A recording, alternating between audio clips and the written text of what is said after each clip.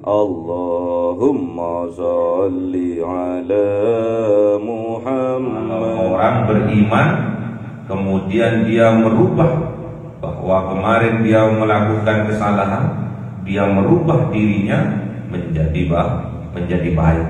Harus sadari, harus imani bahwa ada takdir baik, ada takdir jelek, itu semua dari Allah. Rukun iman yang keenam, kita harus beriman kepada rukun iman yang keenam. Takdir baik maupun takdir buruk itu semua dari Allah. Kita harus mengimaninya. Makanya faman amanah, maka barang siapa beriman, wa aslaha, kemudian dia melakukan perbaikan atas kerusakan yang ia lakukan, atas keburukan, atas kesalahan yang ia lakukan, dia melakukan perbaikan, peningkatan keimanan, peningkatan amalan soleh, peningkatan ibadah, maka fala khaufun, maka tidak ada rasa khawatir, tidak ada rasa takut, karena sudah dijamin oleh Allah bahwa besok di yaumil qiyamah dia akan mendapatkan jaminan surga. Walahum yahzanun, dan tidak pula mereka bersedih hati karena dosa-dosa yang telah lalu oleh Allah diampuni.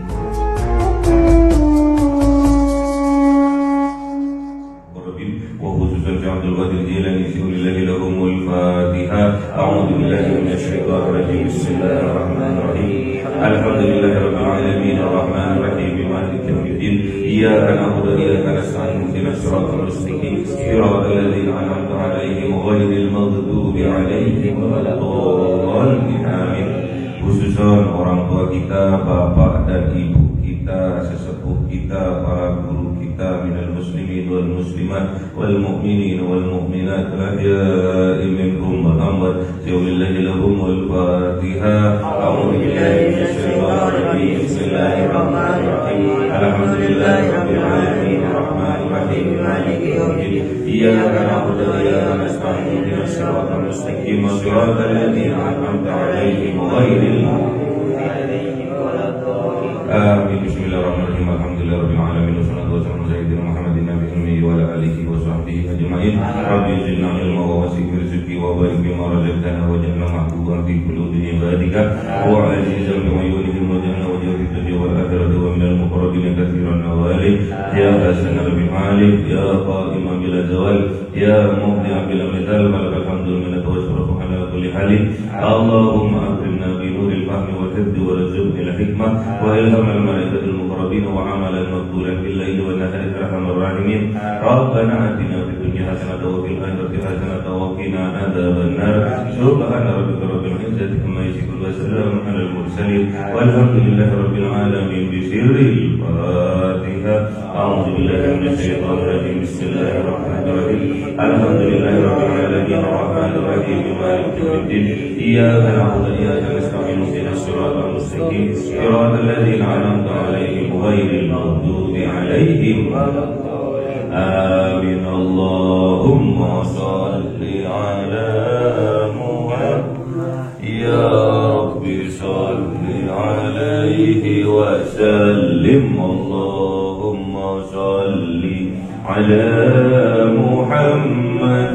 Ya Rabbi shalli 'alaihi wa sallim. Sallallahu rabbuna 'ala nuril mubin Ahmad al-Mustafa sayyidil mursalin wa 'ala alihi wa sahbihi ajma'in walhamdulillahi rabbil alamin.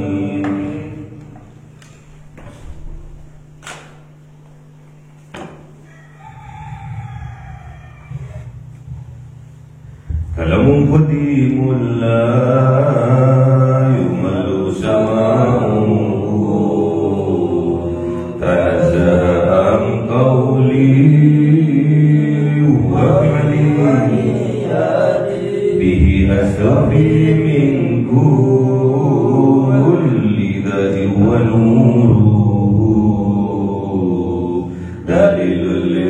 قلبي عند أهل الخيرات فيا رب متعني بسر حروفه ونور به سمعي وقلبي ومقلاتي وهب لي به فتحا وعلما وحكمة وأنس به يا ربي وصل وسلم كل يوم وليلة على من به الرحمن يقبل توبتي وآلي وأصحابي كرام أئمتي بهم يغفر الغفار ذنبي وزلاتي. أعوذ بالله من الشيطان الرجيم. بسم الله الرحمن الرحيم. Surah Al-An'am ayat 4.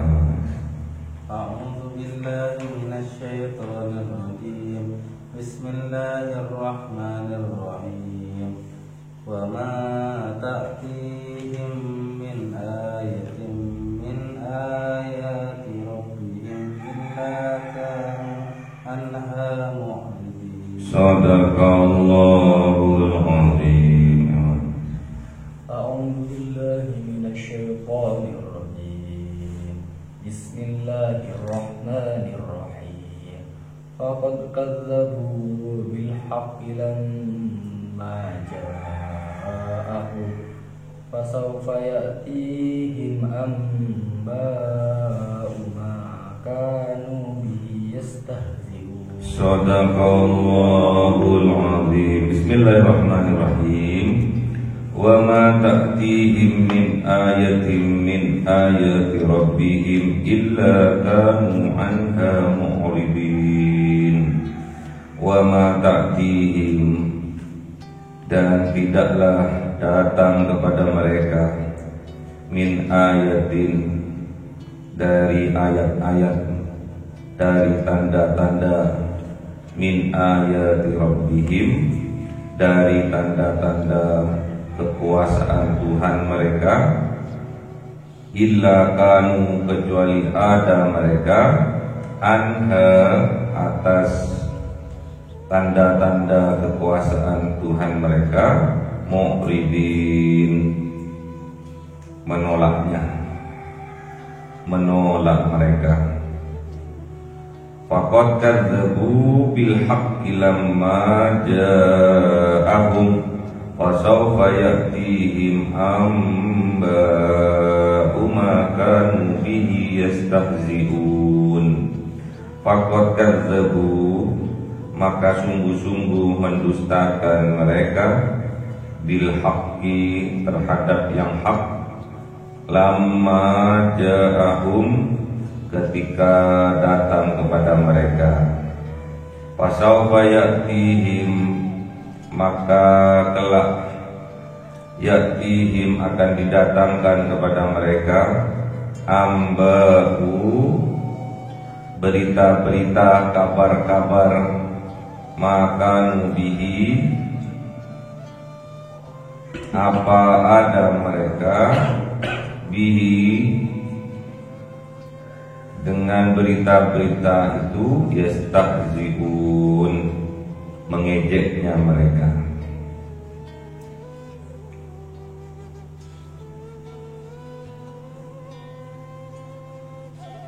Ini tentang orang yang zalim, orang yang kafir, orang yang gelap hatinya, menutup hatinya dari petunjuknya Allah, dari nurnya Allah, gelap hatinya karena disebabkan kemaksiatan yang mereka lakukan, kebohongan-kebohongan kebohongan yang mereka lakukan, kedustaan-kedustaan yang sering mereka lakukan menyebab hatinya menjadi gelap. Sedangkan ilmu itu adalah cahaya. Al-ilmu nurun. Ilmu itu cahaya. Wa nurullahi la yubda li'asi. Wa nurullahi la yubda li'asi. Sedangkan nurnya Allah, cahayanya Allah, la yubda, tidak akan diberikan, tidak akan dijadikan petunjuk oleh Allah, li'asi, bagi orang-orang yang bermaksiat.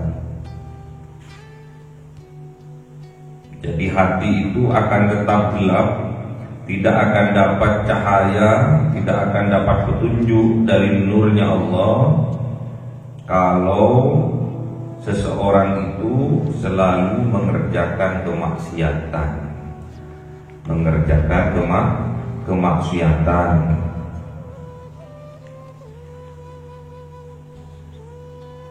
Jadi nurnya Allah, petunjuknya Allah tidak akan masuk kepada hati yang seseorang itu sering melakukan kemaksiatan. Jadi hatinya tetap peteng, tetap gelap, tidak ada cahaya. Wa ma ta'tihim min ayatin, dan tidaklah didatangkan kepada mereka min ayatin, dari ayat-ayat, dari tanda-tanda. Tanda-tanda apa ini? Min ayati rabbihim, dari tanda-tanda kekuasaannya Allah, dari tanda-tanda Tuhan mereka, Rabb mereka, yaitu Allah Subhanahu wa ta'ala.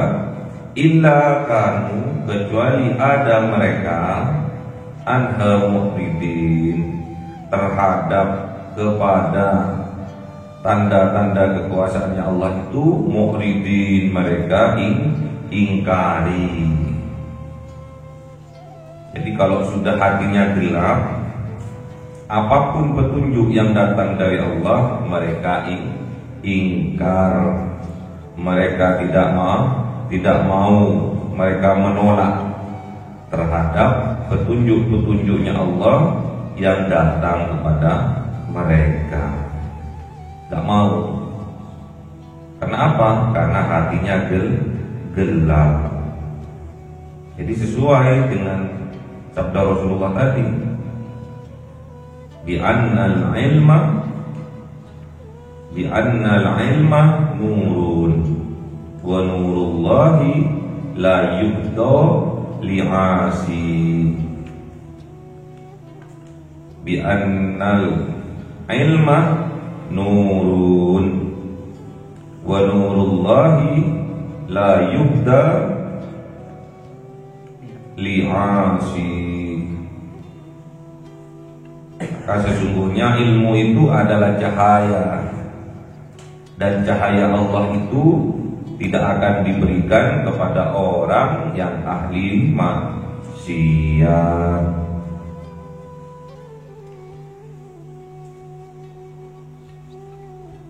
Sering berbohong maksiat, sering berghibah maksiat, sering memfitnah maksiat, menjelek-jelekkan orang maksiat, membuka aibnya orang maksiat, mengorek-ngorek kejelekan orang, kesalahan orang maksiat, melihat bukan mahramnya maksiat. Maksiat itulah yang akan menjadi penghalang dari datangnya petunjuknya Allah. Apapun yang terjadi pada zamannya Kanjeng Nabi Musa alaihissalam, setelah Kanjeng Nabi Musa ditantang oleh tukang sihirnya Fir'aun. Dengan sihir-sihirnya mereka mengubah tali-tali tampar-tampar menjadi ular. Namun Allah menampakkan ayat-ayatnya, Allah menampakkan kekuasaannya dengan memerintahkan Kanjeng Nabi Musa untuk melempar tongkatnya, sehingga tongkatnya menjadi ular raksasa, ular yang sangat besar, sehingga ular-ular hasil sihir dari Fir'aun dilalapnya, dimakannya.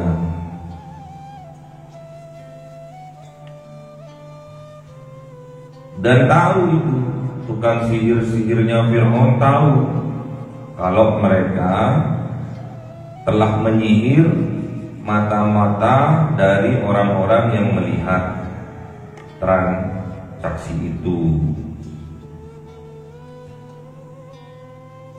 Jadi yang disihir adalah matanya. Jadi yang berupa ular itu hanya sulapan saja, hanya sihir yang disihir mata. Jadi seutas tali tampar kelihatan menjadi seekor ular. Dan tahu tukang sihirnya itu. Namun tatkala tongkatnya Kanjeng Nabi Musa dilempar, itu bukan sihir, namun itu adalah tanda-tanda kekuasaan Allah. Dan tahu tukang sihirnya Fir'aun itu bahwa tongkat yang dilempar tadi itu bukan sihir, dan berubah menjadi ular temenan, ular sungguhan yang besar, sehingga hembusan nafasnya ular itu kan bernafas juga, itu anginnya itu, kencengnya nafasnya itu sampai terasa ke tukang sihirnya Fir'aun. Makanya dari kelompoknya Fir'aun ini, pengikut-pengikutnya Fir'aun ini, yang beriman pertama kali kepada Kanjeng Nabi Musa alaihissalam adalah tukang sihir. Karena dia menyaksikan sendiri ayat-ayat Allah, tanda-tanda kekuasaannya Allah, lihat sendiri dengan mata kepala mereka. Oleh aku yang melempar tampar ini kan cuma kelihatannya aja jadi ular. Cuma mereka yang terhipnotis, yang tersihir aja yang melihat tampar ini menjadi ular. Namun tongkatnya Kanjeng Nabi Musa ini bukan kelihatannya ular, tapi memang menjadi ular sungguhan. Makanya yang beriman pertama kali dari pengikut-pengikutnya Fir'aun adalah tukang sihirnya Fir'aun. Ya. Tukang sihir itu punya ilmu, tapi ilmunya ilmu yang salah. Ilmu dari sisi gelap, ilmu hitam namanya. Sama sakti, tapi hanya sebatas sihir. Sihir kalah dengan kekuasaannya Allah, kalah dengan ilmunya Allah. Terus tatkala dikejar kaumnya Kanjeng Nabi Musa di Laut Merah, setelah dalam keadaan terpepet, terjepit, akhirnya Allah memerintahkan Kanjeng Nabi Musa untuk memukulkan tongkatnya ke lautan. Terbelah lautan itu menjadi jalan untuk dilalui oleh kaumnya Kanjeng Nabi Musa. Setelah nyebrang, kaumnya Kanjeng Nabi Musa selamat, akhirnya disusul oleh Fir'aun dan pengikutnya. Setelah mereka berada di tengah-tengah lautan, dipukul kembali itu lautan.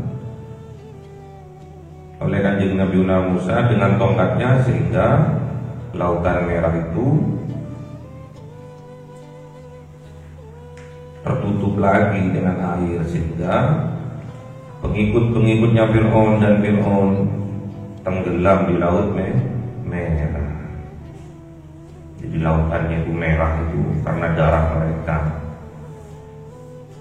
Kemudian setelah perjalanan yang amat jauh, mereka kehausan, kelaparan. Diperintahkan lagi oleh Allah untuk Kanjeng Nabi Musa memukulkan tongkatnya kepada batu yang besar, sehingga batu besar itu memancar 12 mata air keluar kerannya. Jadi keran 12 mata air. Begitu banyaknya mukjizat yang Allah berikan kepada Kanjeng Nabi Musa, begitu banyaknya tanda-tanda kekuasaannya Allah yang diberikan kepada Kanjeng Nabi Musa, kepada kaumnya Kanjeng Nabi Musa. Tatkala dalam perjalanan juga telapaknya Kanjeng Nabi Musa bisa bercahaya, menjadi sentolok, menjadi senter yang besar. Namun karena gelapnya hati mereka setelah ditinggal oleh Kanjeng Nabi Musa selama 40 hari untuk berholwat, bertapa di gunung Sinai, Tur Sina, kaumnya Kanjeng Nabi Musa malah membuat patung sapi kecil untuk dijadikan berhala untuk disembah. Cuma ditinggal 40 hari aja, padahal pada waktu itu udah kepemimpinan Kanjeng Nabi Musa diberikan kepada saudaranya, yaitu Kanjeng Nabi Harun. Namun Kanjeng Nabi Harun disepelekan, direndahkan oleh kaumnya Kanjeng Nabi Musa. Gak sanggup Kanjeng Nabi Harun. Akhirnya kembali lagi sebagian besar kaumnya Kanjeng Nabi Musa menyembah berhala-berhala. Itulah dari kaum Bani Israil. Makanya jangan tambeng-tambeng ya. Jangan bebal-bebal. Tatkala diberi petunjuk, tatkala diberi nasihat, kosongkan hati kita, terima nasihat itu dengan sepenuh hati, jangan ditolak. Saran-saran yang baik, walaupun kita sudah pakarnya, namun tatkala kita diberi saran oleh orang lain, sarannya itu baik, membangun, kita harus bisa menerimanya. Walaupun kita ini adalah seorang pakar dalam sebuah ilmu, kita dinasihati oleh orang tua kita, sholat tahajud jam 2, jam setengah 3 tanyo adus, mandi, ambil wudhu, terus sholat tahajud, qiyamul lail. Padahal Anda sudah melakukannya, kalian sudah mempunyai ilmunya, tapi karena itu ucapan dari orang tua, kita harus menjawab iya, baik, terima kasih. Padahal kalian sudah punya ilmunya, sudah. Padahal kalian sudah melakukannya setiap pagi, sudah.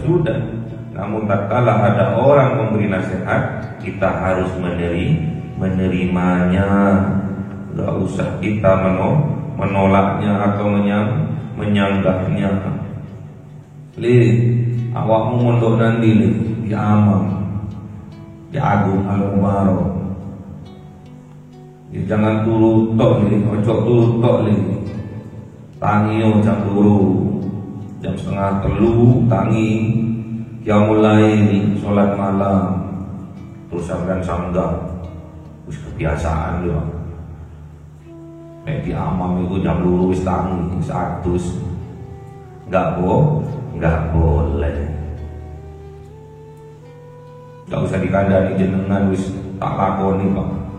Enggak boleh. Siapapun itu. Orang tua kita, orang yang kita anggap sudah tua, orang yang kita panuti, orang yang kita muliakan, guru kita, sahabat kita, yang menyarankan kebaikan kepada kita tidak boleh menyanggahnya, kita tidak boleh menolaknya, walaupun kita ahli dalam ilmu itu, walaupun kita ahli dalam ibadah itu, tak boleh kita menolaknya. Wis gak usah dikandani awakmu, aku wis jam dulu wis tangi wis gak cuma ambil wudhu tok, tapi adus wis aku wis mandi, aku wis pakai baju yang terbaik, terus aku kasih parfum, terus aku sholat tahajud, wis gak usah awakmu kandani, wis aku ngelakokne, gak boleh.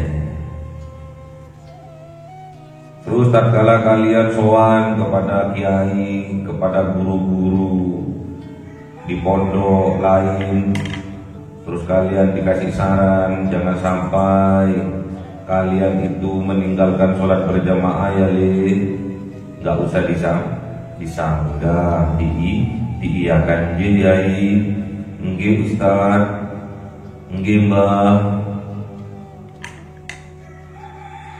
Itu adalah penguatan buat kita, ngecas buat kita.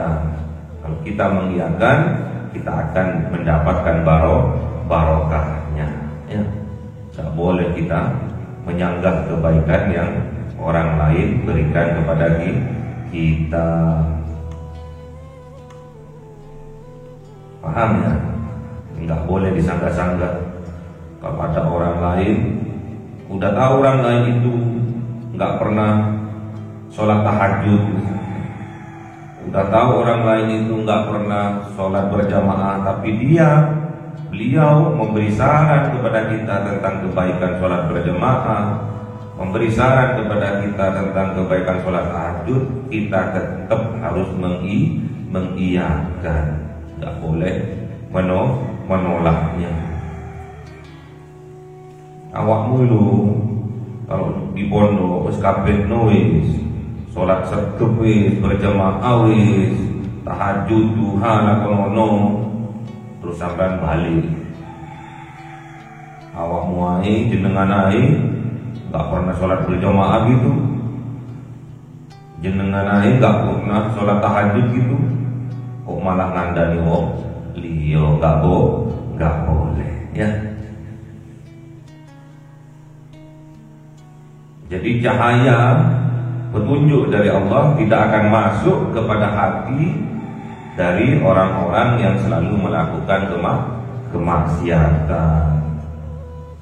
Wa nurullahi la yuhda li'asi, wa nurullahi la yuhda li'asi. Sedangkan nurnya Allah, petunjuknya Allah tidak akan masuk, tidak akan diberikan kepada orang yang melakukan kemaksiatan.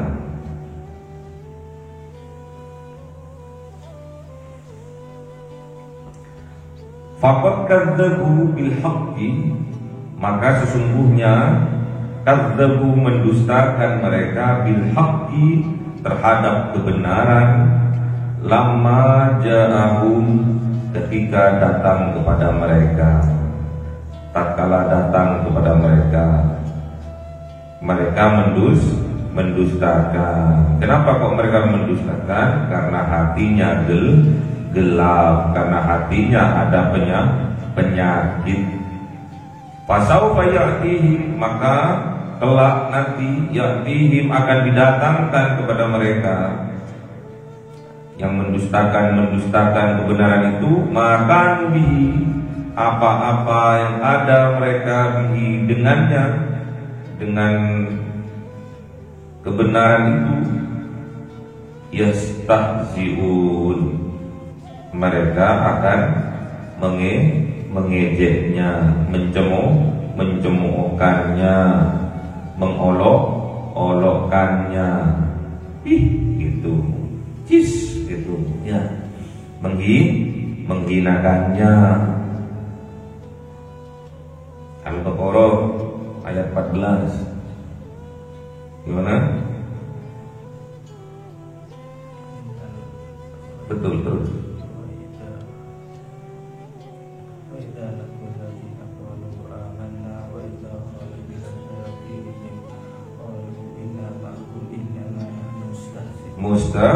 Mustahzi'un. Terus 15. Allahu yastahzi'u bihim wa yamudduhum fi tughyanihim ya'mahun. Jadi mereka tetap akan mengejek, tetap akan mengolok-olok, tetap akan menghina kepada kebenaran yang datang kepada mereka. Namun hakikatnya mereka lah yang menghinakan dirinya sendiri. Allah yang menghinakan mereka, sedangkan mereka tidak menyadarinya. Gimana mau menyadarinya kalau tidak punya ilmunya? Jadi gitu orang kafir itu. Orang munafik seperti itu. Tatkala dikatakan kepada mereka, mereka beriman, iya aku bolomu, aku orang mukmin kok. Tapi tatkala mereka kembali kepada kelompoknya,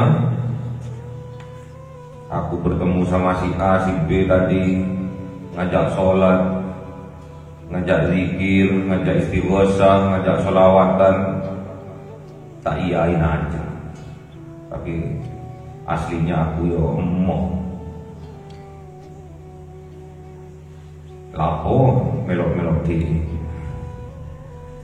malah menghinanya, mengolok-oloknya. Apa yang didustakan oleh orang kafir ini? Faqad kadzabu bil haqq, maka sungguh-sungguh kadzabu, mendustakan mereka bil haqqi, terhadap kebenaran, yaitu Al-Quran. Sedangkan Al-Quran dibawa oleh para rasul. Inna arsalnaka bil haqqi basiran wa nadhira.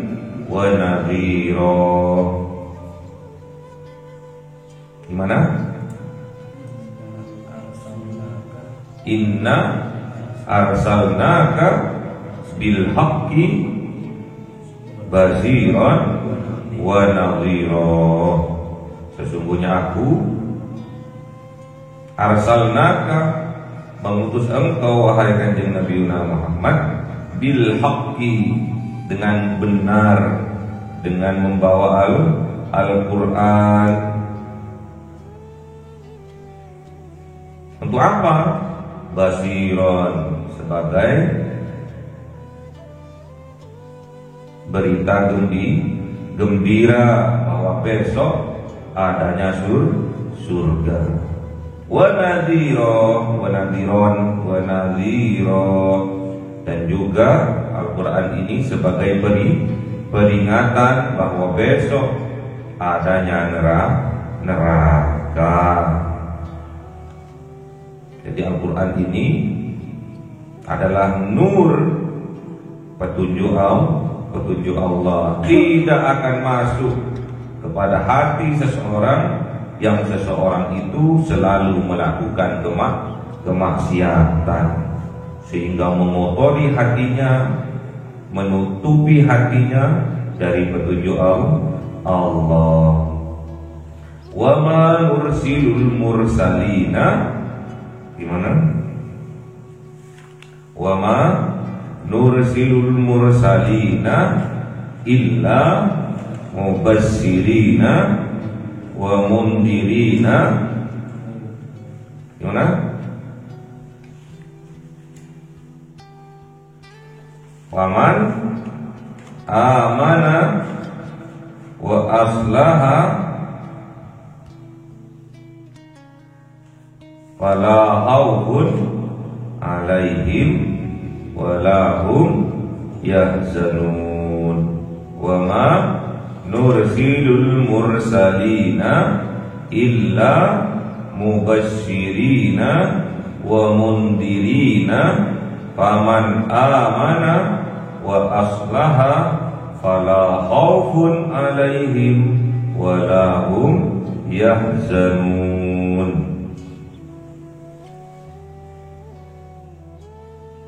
Wa ma nursilul mursalina, dan tidaklah aku mengutus para rasul illa kecuali mubashshirina, memberi berita-berita bahagia bahwa kelak di yaumil qiyamah adanya surga, wa mundirina, dan juga sebagai peringatan, membawa peringatan bahwa besok kelak di yaumil qiyamah adanya neraka. Paman amanah, maka barang siapa beriman, wa aslaha, dan mengadakan perbaikan, fala khaufun, maka tidak ada kekhawatiran, ketakutan atas mereka, walahum yahzanun, dan tidak pula mereka bersedih hati. Jadi pangkatnya udah pangkat kewalian. Kalau orang beriman kemudian dia merubah, bahwa kemarin dia melakukan kesalahan, dia merubah dirinya menjadi baik. Harus sadari, harus imani bahwa ada takdir baik, ada takdir jelek, itu semua dari Allah. Rukun iman yang keenam, kita harus beriman kepada rukun iman yang keenam. Takdir baik maupun takdir buruk itu semua dari Allah. Kita harus mengimaninya. Makanya faman amanah, maka barang siapa beriman, wa aslaha, kemudian dia melakukan perbaikan atas kerusakan yang dia lakukan, atas keburukan, atas kesalahan yang dia lakukan, dia melakukan perbaikan, peningkatan keimanan, peningkatan amalan soleh, peningkatan ibadah, maka fala khaufun, maka tidak ada rasa khawatir, tidak ada rasa takut, karena sudah dijamin oleh Allah bahwa besok di yaumil qiyamah dia akan mendapatkan jaminan surga. Walahum yahzanun, dan tidak pula mereka bersedih hati karena dosa-dosa yang telah lalu oleh Allah diampuni.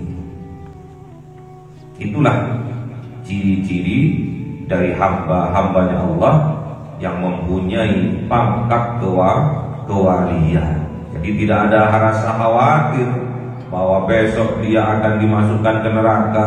Tidak ada rasa khawatir karena dia punya keyakinan bahwa besok di yaumil qiyamah pasti Allah menakdirkan dia, dijamin oleh Allah dimasukkan ke dalam surga. Itu pangkat-pangkatnya orang wali.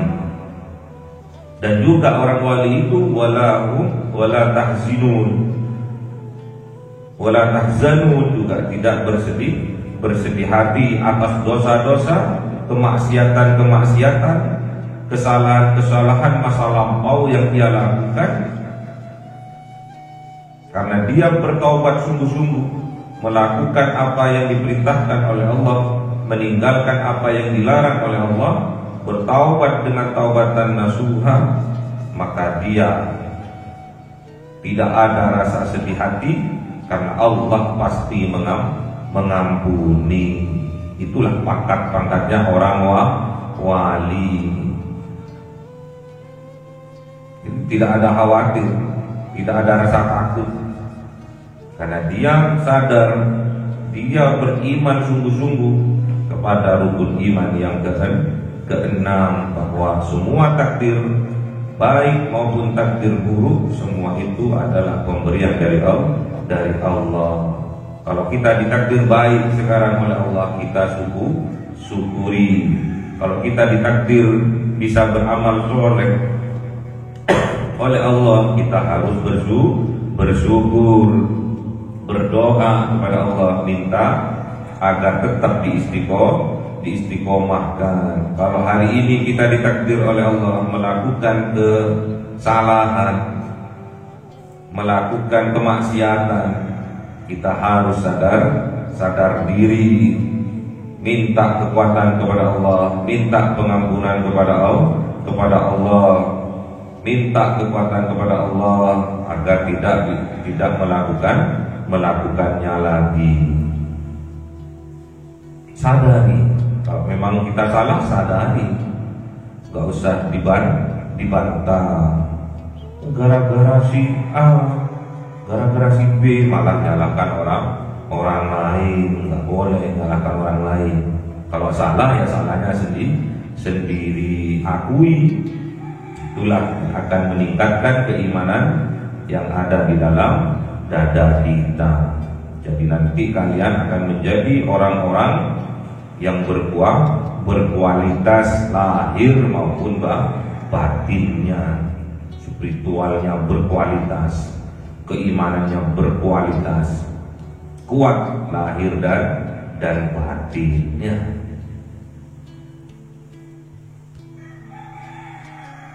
Jadi minta kekuatan kepada Allah, karena kita hambanya yang dhaif, tempatnya salah dan lupa, kita minta kepada Allah. Allahumma inni as'aluka fi'lal, Allahumma inni as'aluka fi'lal khairati wa tarkal munkarati.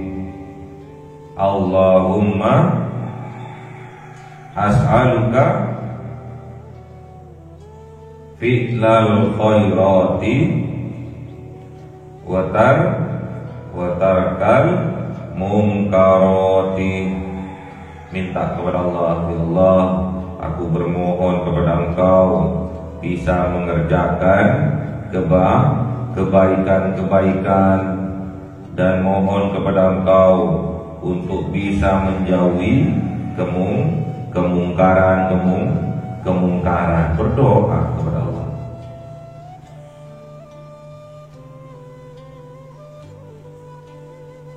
Karena memang kita makhluk yang dhaif, makhluk yang lemah.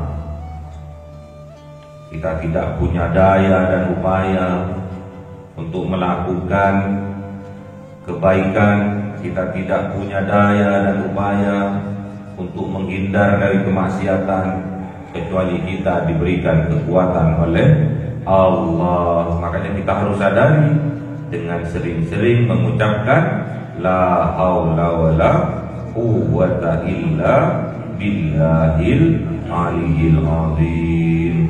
Makanya tatkala kita mendengar azan mengajak kepada kita untuk melakukan sholat, hayya 'alas sholat, hayya 'alas sholat.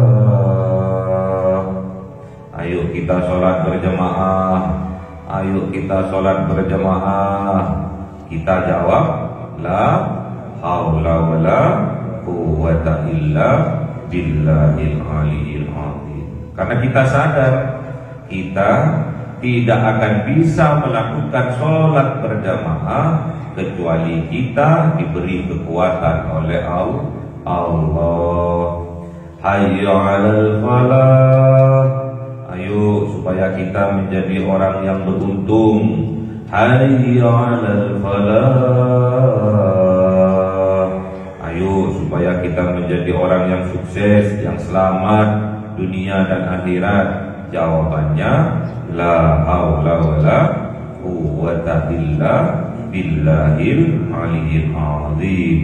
Tidak akan kita menjadi orang yang sukses, tidak akan kita menjadi orang yang beruntung, tidak akan kita menjadi orang yang selamat kalau kita tidak diberikan kekuatan oleh Allah. Makanya minta kepada Allah ya. Minta diberi kekuatan, minta diberi kekuatan, minta diberi petunjuk. Makanya kita sehari semalam kita sholat 17 kali, 17 rakaat setiap hari, setiap malam. Pada waktu kita sholat fardu, asar, maghrib, isya, subuh, duhur, 4 rakaat duhur, 4 rakaat asar, 3 rakaat maghrib, 4 rakaat isya, 2 rakaat subuh. Semua itu di dalam setiap rakaat pasti kita minta petunjuk kepada Allah tatkala kita membaca suratul Fatihah. Ihdinas siratal mustaqim, siratal ladzina an'amta 'alaihim. Itu yang diminta. Minta ditunjuki ke jalan yang lurus, jalannya para nabi, para rasul, jalannya para wali, dan jalannya para soleh-solehat, para orang soleh yang sudah diberi kenikmatan iman, kelezatan iman oleh Allah, para ulama.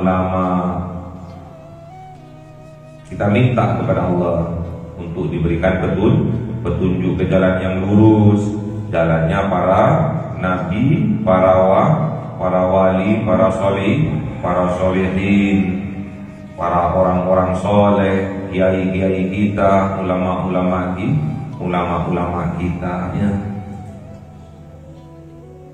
Makanya kita harus jadi orang yang cerdas. Makanya kita harus menjadi hamba yang terbaik sesuai dengan sabdanya Rasulullah kemarin. Orang yang afdal adalah orang yang afdal menurut Rasulullah kemarin apa? Ayyun nasi afdal ya Rasulullah? Qol ahsanuhum khuluqa. Orang yang terbaik akhlaknya, orang yang terbaik akhlakul karimahnya. Itulah orang yang afdal, orang yang terbaik menurut pandangan Rasulullah. Sedangkan orang yang cerdas, apa kata Rasulullah? Orang yang cerdas, ayyun nasi akyas ya Rasulullah. Qol gimana?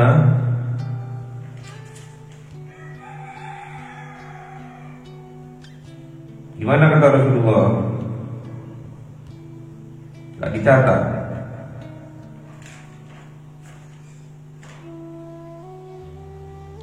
Gimana kata Rasulullah?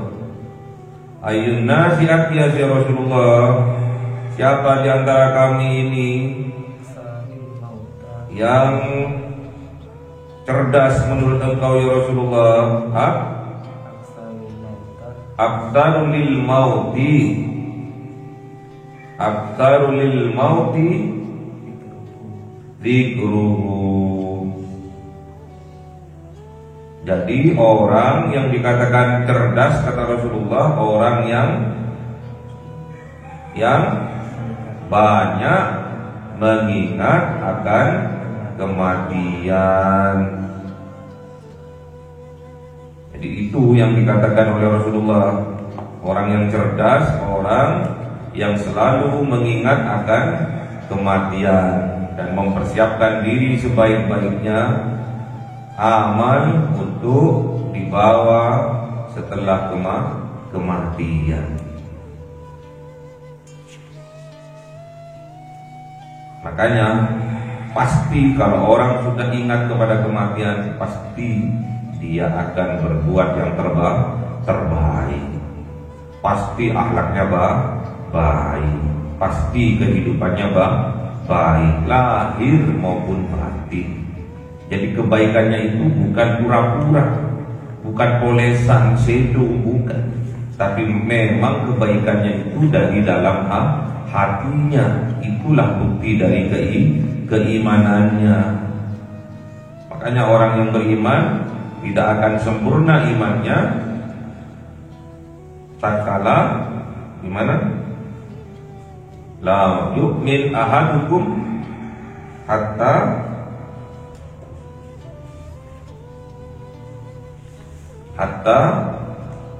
yuhibbu li ahihi ma yuhibbu li nafsihi. Tidak sempurna imannya seseorang sampai ia mencintai saudaranya seperti ia mencintai dirinya sendiri.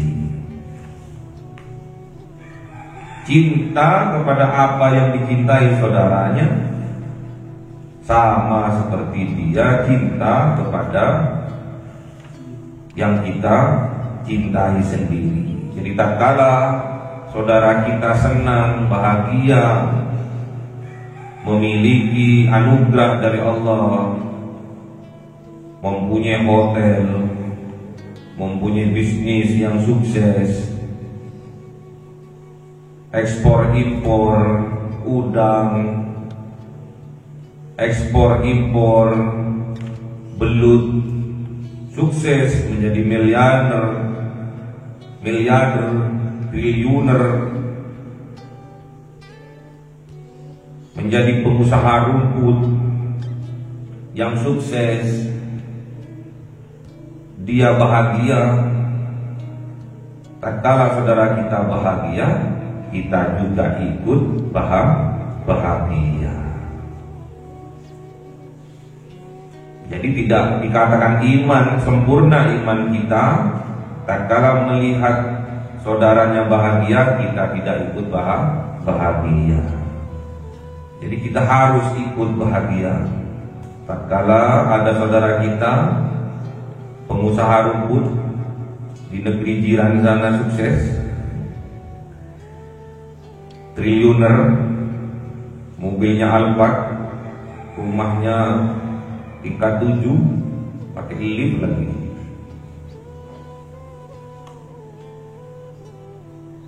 Bahagia mereka, kita juga harus merasakan kebahagiaan mereka. Namun pada kenyataannya, tatkala ada orang lain bahagia, kadang kita terbesit di hati, menderita, sedih, gak senang kalau ada saudaranya bahagia, kalau ada saudaranya mendapatkan anugerah rezeki dari Allah. Kadang kita tidak senang, kadang kita bersedih hati karena kita merasa bahwa kitalah yang layak mendapatkan anugerah itu. Na'udzubillah, jangan sampai kita memiliki jiwa-jiwa yang demikian, menandakan bahwa imannya sangat rendah. Jangan sampai kita memiliki rasa iri, rasa dengki di dalam hati terhadap saudara-saudara kita yang diberi anugerah oleh Allah berupa rezeki yang barokah, rezeki yang banyak, ahli sedekah, ahli berinfak, ahli mewakafkan hartanya, tanahnya. Kita harus berbahagia, minta kepada Allah, kapan Gusti aku diberi harta yang melimpah sehingga aku bisa meniru saudaraku itu, gemar berinfak sedekah, gemar membantu pembangunan masjid dan musola. Walaupun dia kaya, dia surga sholat berjamaahnya. Apalagi masih muda, masih umur 25 tahun, masih umur 30 tahun, dia sudah sukses. Surga sholat berjamaahnya, surga qiyamul lailnya, surga sholat duhanya, surga menyambangi panti-panti asuhan. Kapan Gusti? Boleh minta. Boleh. Kapan ya Allah saya diberi kekuatan nih bisa sholat tahajud seperti saudaraku itu? Kapan ya Allah? Ya tinggal di pondok, tinggal di asrama, biar dibangunkan. Jadi kalau cuma pingin tanpa realita, namanya omong kosong, omong doang, om dong. Kalau pingin sholat tahajud, kalau pingin bisa sholat tahajud, kalau pingin bisa sholat berjamaah, kalau pingin bisa sholat duha, bisa istiqomah setiap hari, tinggallah di pondok pesantren. Cari rumah yang dekat dengan pondok pesantren, biar bisa dibangunkan. Yang dilakukan Yai Hamid Pasuruan seperti itu. Dia datangi tetangga-tetangganya di sampingnya. Nanti kalau sholat subuh, tatkala sebelum azan subuh, nanti saya minta izin untuk membangunkan dia. Ada yang bilang ada yang menolak, itu biasa dalam dakwah. Ada yang suka, ada yang tidak suka, itu biasa. Tapi Yai Hamid tetap, karena mentalnya kuat, tetap. Yang tidak mau kebanyakan tukang becak.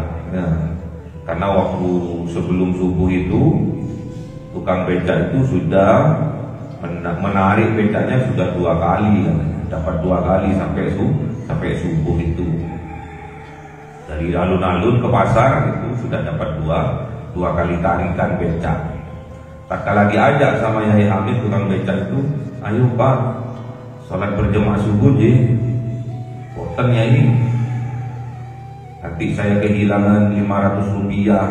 500 rupiah dulu itu mungkin uang sekarang 100.000. Terus Yai Hamid mengajaknya dengan halus, kalau memang cuma gara-gara kehilangan 500 rupiah, nanti saya ganti 500 rupiah. Temenan nih Pak Haji, dibilangnya Pak Haji dulu, belum Yai. Akhirnya tukang becak itu serduk sholat di masjid, karena setelah sholat subuh di masjid diberikan uang sama Yai Hamid itu sebesar 500 rupiah. Lama-kelamaan suruh ajak semua tukang becak itu sama Yai Hamid. Setiap tukang becak dikasih uang 500 rupiah. Kalau sekarang 100.000.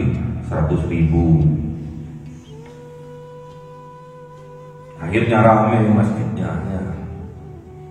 Itulah barokahnya Yai Hamid. Barokah anugerah yang diberikan oleh Allah berupa kekayaan kepada Yai Hamid. Oleh Yai Hamid dipergunakan untuk menjadi hadiah bagi mereka yang serdep sholat subuh berjamaah. Namun pada akhirnya mereka sungkan, para tukang becak itu sungkan. Masa ini sholat subuh untuk kebaikanku sendiri kok aku minta diberi uang sih? Akhirnya nggak mau lagi minta uang dari Yai Hamid. Tatkala Yai Hamid ngasih uang, mereka tidak mau. Ada yang diambil, ada yang tidak mau dimasukkan ke kotak amal lagi. Banyak hal cerita-cerita kebaikan tentang Yai Hamid. Insya Allah seorang waliullah, kita harus tiru. Jadi saudara-saudaranya, teman-temannya antar kamar dibangunkan. Itulah yang kita minta kepada Allah, ihdinas siratal mustaqim, siratal ladzina an'amta 'alaihim, adalah kenikmatan seperti itu. Nikmatnya iman, nikmatnya bisa sholat berjamaah, nikmatnya bisa sholat tahajud karena kita mempunyai saudara, mempunyai teman sejati, mempunyai sahabat sejati. Tatkala jam 2, teman-teman yang lainnya dibangunkan. Tapi sebelumnya kita izin terlebih dahulu seperti yang Kiai Hamid lakukan. Minta izin, Pak nanti jam 2 tak bangunkan ji, jam 3 tak bangunkan ji. Siapa tahu jenengan mau sholat tahajud, siapa tahu jenengan mau sholat subuh berjamaah. Ada yang bilang iya, ada yang bilang boten. Ji, dipanggil haji dulu, dipanggil yai. Akhirnya karena keikhlasan dari Yai Hamid yang bermental baja, yang kuat mentalnya, yang kualitas imannya di makom kewalian, akhirnya barokahnya Yai Hamid sang wali itu sampai sekarang pun kita merasakannya. Itulah barokah dari para aulianya Allah. Contohnya adalah Yai Hamid Pasuruan. Semoga kita diberi kekuatan oleh Allah, ditambah iman Islam kita oleh Allah, ditambah keimanan kita oleh Allah, ditambah ketakwaan kita oleh Allah, sehingga kita bisa melakukan qiyamul lail, kita bisa melakukan sholat tahajud, kita bisa melakukan sholat fardu berjamaah 5 kali sehari semalam. Kita mampu berinfak sedekah karena rezeki kita oleh Allah dilimpahkan rezeki yang barokah, sehingga kita bisa berinfak sedekah, kita bisa membantu orang-orang lain yang lemah, yang dhaif, yang du'afa itu ya, yang fakir, yang miskin. Karena kita ditakdir oleh Allah menjadi seorang yang kaya hartanya, juga kaya hatinya.